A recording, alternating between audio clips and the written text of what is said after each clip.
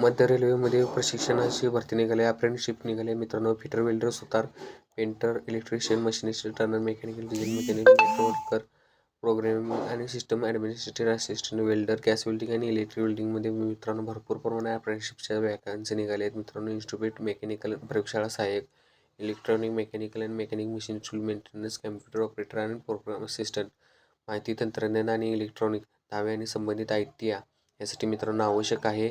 तुम्ही इथे पाहू शकता. आणि परीक्षा शुल्क फक्त ₹100 आहे.